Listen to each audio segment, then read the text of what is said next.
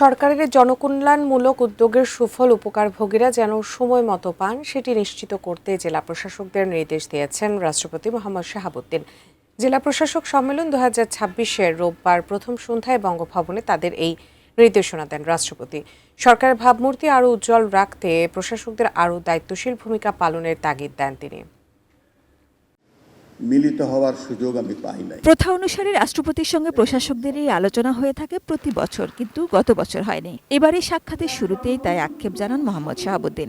বছরের পর বছর ধরে যে প্রথা চলে আসছে, আপনাদের সঙ্গে বছরে একবার রাষ্ট্রপতি মিলিত হন, কিন্তু গত বছর যে সরকার ছিল ক্ষমতায় তারা রাষ্ট্রপতিকে বঞ্চিত করেছে। আমি দুঃখের সঙ্গে আজকে আপনাদের সামনে উপস্থাপন করছি। বর্তমান রাজনৈতিক সরকার, গণতান্ত্রিক সরকার নির্বাচিত হবার পরে সেই প্রথাকে আবার চালু রেখেছেন।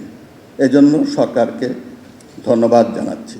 দেশের জনকল্যাণ ও গণতন্ত্রের শহীদ রাষ্ট্রপতি জিয়াউর রহমান ও সাবেক প্রধানমন্ত্রী খালেদা জিয়ার অবদান শ্রদ্ধার সাথে স্মরণ করেন রাষ্ট্রপতি। বর্তমান সরকারের নানা জনমুখী উদ্যোগের প্রসঙ্গ টেনে বলেন, সাধারণ মানুষের সমস্যা ও অভিযোগ দ্রুত সমাধানে তাদের নিয়মিত সময় দিতে হবে।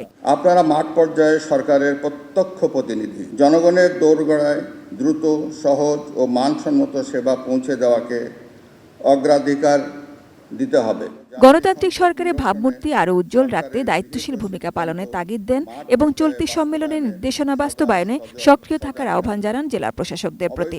বিদ্যুৎ জ্বালানি সংকট মোকাবেলায় অবৈধ মজুতদারি রোধ ও দ্রব্যমূল্য নিয়ন্ত্রণে মনিটরিং জোরদারের উপর গুরুত্ব দেন তিনি। বিদ্যুৎ ও জ্বালানি সংকট নিরসনে সরকারের গৃহীত সিদ্ধান্ত মাঠ পর্যায়ে বাস্তবায়নে সদা সজাগ থাকবেন। গ্রামীণ বিরোধ ও মামলা সংক্রান্ত অনিয়মের বিরুদ্ধে কঠোর হতে বলেন রাষ্ট্রপতি। অনলাইনে অপতথ্য, গুজব এবং নারী শিশু সহ যে কারো প্রতি সহিংসতা ঠেকানোর নির্দেশ দেন তিনি। দুর্নীতির ব্যাপারে সরকারের জিরো টলারেন্স নীতি বাস্তবায়নে আপনারা আরও সচেষ্ট হবেন।